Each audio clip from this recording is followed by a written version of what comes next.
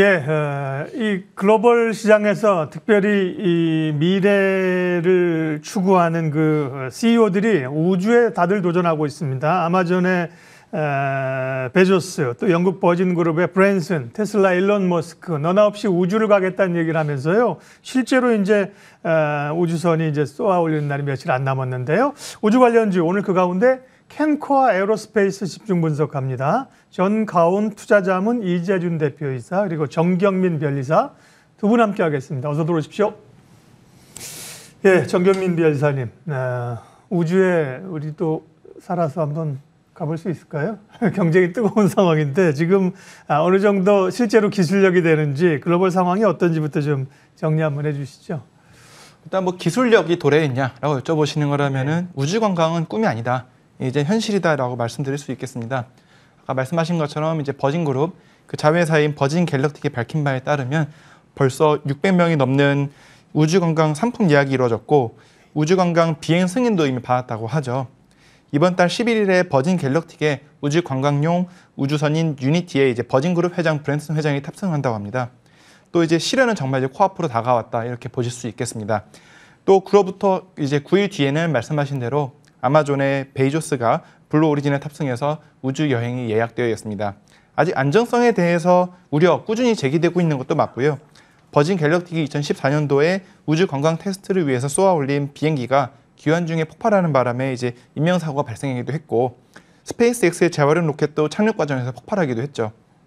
하지만 늘 그래왔듯 이번엔 다르다라는 의견이 강합니다. 수많은 실험을 통해서 안정성 측면에서 많이 검증이 되었다라는 점도 있고 외부 자금에 의존하던 과거와 다르게 이제는 자체 자금력이 탄탄한 기업들이 직접 시장을 주도하기도 하고요. 회장님들이 직접 타신다니 아무래도 안정성 측면에서는 좀 안정하지 않을까 뭐 이런 부분에 대해서 기대도 많이 걸고 있습니다.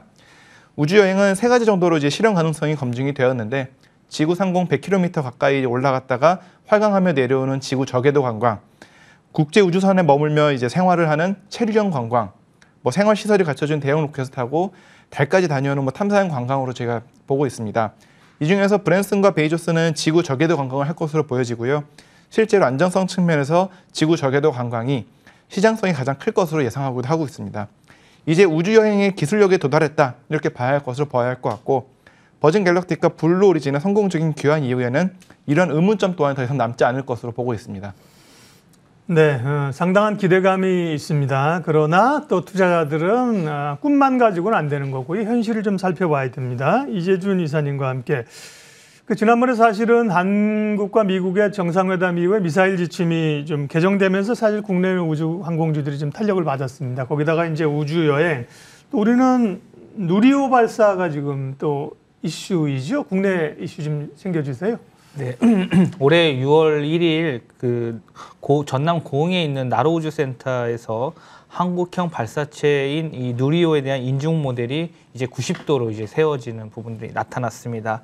7월 중순까지 발사대 인증 시험을 이제 진행할 예정이 있는데 이 인증 시험이라는 게 엔진의 연소 시험과 함께 굉장히 중요한 관문으로 현재 보고 있습니다. 7월 6일까지 이 진행되는 발사대 인증 시험은 총 7단계를 거쳐서 진행을 하고요. 여기에 사용되는 인증 모델이라 함은 실제 발사에 사용되는 비행 모델과 비행 모델의 모양과 성능이 똑같은 누리호의 인증 모델이다라고 보시면 될 것 같습니다. 예. 사실상 비행 모델과 동일하지만 이 테스트용으로만 사용하는 모델이다라고 보시면 될 것 같고요. 비행 모델은 이 설계대로 현재 제작 중으로 이르면은 오는 7월에 제작할 것으로 지금 현재 예정되어 있습니다. 일단은 누리호가 2021년 10월까지 이어질 성능 검증 작업에서 별다른 문제가 발생하지 않으면은 실제 오는 이 실모델에 있어서 10월에 우주로 갈 것으로 보고 있고요.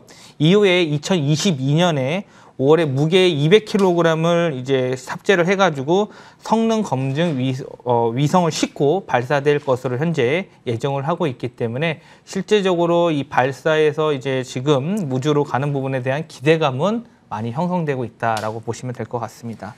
글로벌 대표 이 기업들 그리고 국내에서의 이제 우주항공과 관련된 현황들을 전해드렸어요. 조금 우려스러운 것은 이제 뭐 되나 보다 우주에 가나 보다 하고 막 이럴 때 이 관련주들을 사시면 고점에 사실 수 있어요. 그러니까 그거는 투자 입장에서는 속도감을 그렇게 조심스럽게 가시는 게 좋고요.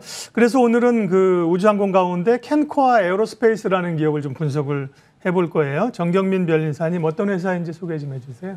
네, 캔코아 에어로스페이스는 항공기의 부품 가공, 조립, 정비, 항공기 설계, 제조 등 항공기 분야 토탈 솔루션 공급 전문 기업입니다.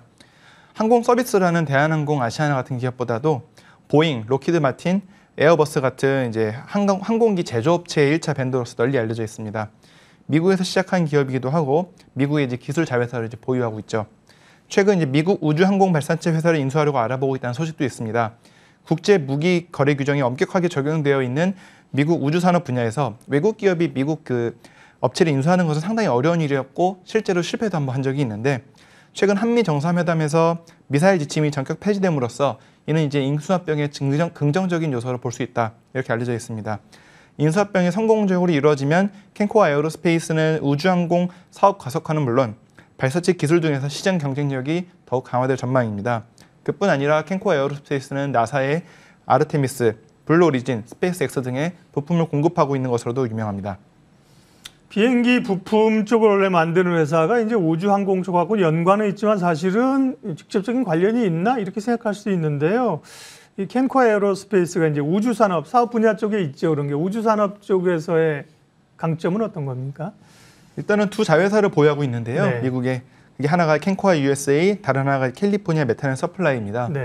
캔코아 USA는 굉장히 오래된 회사이고 20년 이상의 항공기 부품 가공 기술력과 노하우를 보유하고 있고 이 캘리포니아 메탈 앤 서플라이는 티타늄, 니켈, 스테인리스 특수강 등 고부가 가치의 이제 항공 원소재를 이제 생산 및 공급 가능하다 뭐 이렇게 보고 있습니다. 이들을 바탕으로 이제 글로벌 항공 우주 탑 플레이어들을 지금 고객사로 확보를 하고 있는데요. 엔진 소재 조립, 완제기 생산 부품 공급 등 다양한 포트폴리오를 확보하고 있습니다.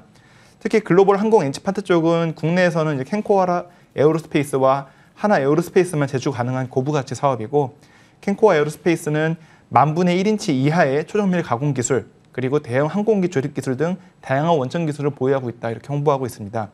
그에 따라 국내 중소기업 가운데서는 유일하게 완제기를 조립할 수 있는 기술력과 인력을 보유하고 있어 최초로 KT-100 완제기 양산에 성공한 바 있습니다. 항공기 조립, 항공전자기기 분야에서 캔코아 에어로스페이스는 전 세계적으로 지금 독보적인 기술력을 인정받고 있다 이렇게 보실 수 있겠습니다. 네. 줄여서 그냥 캔코아라고 부를게요. 캔코아가 사실은 항공기 부품 쪽만 얘기하게 되면 이사님 한국항공우주는 큰 기업이고 약간 아스트 이런 기업하고 사실 비교가 될 만한 건데 이제 우주항공하고 엮여 있다는 게 기대감이 있는 거죠. 그래서 제프 베이조스의 블루오리진, 일론 머스크의 스페이스X 이쪽하고도 거래관계가 있죠. 네, 맞습니다. 네. 앞서 변리사님께서 고객사 관련된 부분에서 좀 풀을 다 말씀을 주셨는데요. 스페이스X와 베이조스의 블루오리진 쪽도 이제 관계가 있습니다. 이 블루오리진 같은 경우에는 이 차세대 로켓 엔진의 이 프로젝트에 참여를 했고요. 그 블루오리진의 그 블루 엔진 4 모델에 관련해서 최초 계약을 했다고 공시도 했습니다. 2년간의 이 까다로운 검증 기간이 있었고요. 그 준비 과정을 통해서 블루오리진의 벤더로서에 대한 등록을 마쳤다라고 보시면 될 것 같고요. 아직 스페이스X 관련돼서는 시장에 대한 자세한 내용은 없는데 지금 이 관련된 부분에서도 지금 계속해서 진행을 하고 있다라고는 현재 알고 있습니다. 네, 꿈만 가지고 되는 건 아니니까요. 실적을 좀 체크를 해볼까요, 이사님? 네. 네, 일단 이 회사는 테슬라 유권 상장 기업입니다. 네. 즉 이익이 미션돼도 상장을 할 수 있다. 이 성장성을 보고 상장을 했다라고 보시면 될 것 같은데 2020년 매출액 규모가 2015년 대비했었을 때 5배 이상 성장을 했습니다. 코로나 사태에도 안정적인 수주 잔고를 보유를 하고 화물기 개조 사업과 우주 발사체 부품 관련해서 부품 계약을 했고요. MRO 사업에 대한 확대도 이 코로나에서 불황에도 불구하고 수주 잔고가 확대한 것으로 기인한 것으로 볼 수 있습니다. 2020년 매출액이 316억, 영업이익이 74억이었는데요. 74억 적자를 했는데요. 전년 대비 매출액 감소는 146억이고 이 보잉 737 맥스에 대한 부분이 생산 및 운행 중단이 되면서 실적 감소가 나타난 것으로 보고 있고요. 2020년에 매출의 26배인 현재 수준인 8,200억의 이제 수주 잔고를 보유하고 있습니다. 그래서 매출 성장에 대한 부분으로 해서 이익이 이제 턴어라운드 되는 시점을 2023년으로 현재 시장에서는 보고 있습니다. 네. 또 정경민 변리사님이 저희 코너에서 특별히 해주실 수 있는 그런 내용이죠. 캔코아 에어로스페이스의 특허 현황 좀 봐주세요. 네, 캔코아 에어로스페이스는 검색된 특허는 총 3건밖에 되지 않고요. 네. 그중에서 1건은 거절, 2건이 등록이 되어 있습니다. 제조 기술 관련해서 이제 원천 기술을 확보하고 있다는 홍보와는 다르게 보유 중인 특허는 상당히 적은데요. 특히 이제 그 특허를 좀 간단하게 살펴봤을 때 수평식 가공 장치, 경비연기의 고도, 속도 등을 알려주는 계기를 검정하기에는 검지 장치 이 2개밖에 좀 특허가 되어 있지 않았거든요. 정밀 가공, 조립 기술 같은 제조 기술 노하우는 특허로 보유하기 좀 어렵기 때문에 그리고 또 이제 직접 항공기 구조 설계에 참여하기보다는 의뢰된 대로 제조 납품하고 있을 거기 때문에 지식재산권 확보가 쉬운 사안은 아니었을 거라 보고 있습니다. 또 워낙 납품하는 회사들이 미국의 쟁쟁한 회사들이어서 이 부분을 이제 계약으로 잘 묶어뒀을 가능성도 있고요. 하지만 캔코아 에어로스페이스와 함께 국내 유일의 항공기 엔진 제작 기업으로 알려져 있는 하나 에어로스페이스는 특허가 약 300개 정도 검색이 되고 있고, 항공 우주 분야의 관련 주라고 알려져 있는 항공우주연구원이 약 6,000개, 세트레가이가 25개, 비츠로테크가 140여 개, 다들 어떻게든 특허를 좀 받으려고 하는 상황에서 속사정은 잘 모르겠지만 특허 2개만 가지고 있다는 것은 좀 아쉬운 부분이다. 이렇게 말씀드릴 수 있겠습니다. 물론 납품받는 회사들이 그 회사의 기술력을 잘 알고 있을 것이고 그 정도의 정밀 가공이나 제조 기술을 흉내내기 어려운 것도 사실입니다. 하지만 특허라고 하는 방어 수단이 하나도 없는 상태에서 누가 반대로 이제 그 정도의 정밀 가공도와 제조 기술을 흉내낼 수 있다라면은 달리 막을 수 있는 수단이 없다 이렇게 볼 수 있거든요. 장기적으로 봤을 때 특허로 하나로 보호되지 있지 않다라는 것은 리스크가 될 수 있다라고 보고 있습니다. 캔코아 에어로스페이스 얘기 쭉 했는데 마지막으로 주가 흐름하고 전망 좀 해볼까요, 이사님? 네, 일단 어제 같은 경우에 대량 거래가 나왔습니다. 어제 테마 이슈가 부각되면서 거래가 터졌는데요. 외국인이 22만여 주, 기관 2만 1,000여 주, 기타 법인이 한 약 12만여 주가 순매수세가 유입이 됐습니다. 그래서 어제 기준으로 봤을 때 시가총액은 한 2,200억 수준 현재 있고요. 이 이익 미실현, 이 테슬라 상장 경우에 과거의 사례를 좀 볼 필요가 있습니다. 과거의 테슬라가 2020년부터 영업이익이 나오면서 주가가 천문학적으로 올랐었죠. 그래서 이 적자 기업 테슬라 상장 사건은 국내 시장에서도 여파를 준 부분이 있다고 생각을 합니다. 결국은 이익 미실현 상장이 일정 수준의 시가 평가나 또는 성장성을 충족하는 경우에 이 청구 자격이 부여되는데, 이 거래소에서 아무래도 캔코아 관련돼서 성장성에 대한 부분들을 좀 높게 평가했다라고 좀 보고 있고요. 결국 질적인 측면에서 중장기적 성장 기반이 확보되었다고 판단이 되고, 그리고 이제 현재 캔코아가 외형적으로 좀 확대를 하기 위해서 미국의 우주항공 발사체 업체에 대한 인수 협상이 현재 진행이 되고 있습니다. 만약 이런 상황에서 M&A를 성공하게 된다면은 우주항공 분야에서 더 빠르게 조금 성장해 나갈 것으로 기대를 하고 있고요. 국내 항공 부품업체에 대한 이 시장 가치에 대한 격차는 더 커질 것으로 기대를 하고 있습니다. 그렇기 때문에 주가적인 측면을 봤었을 때에 대한 앞으로 성장성을 보면은 2021년 2월 23일에 25,500원에 대한 이 고점 돌파 가능성이 굉장히 높다고 보고 있고요. 그리고 추세적으로는 계속 상승 추세를 이어갈 가능성이 높다 이렇게 좀 생각을 하고 있습니다.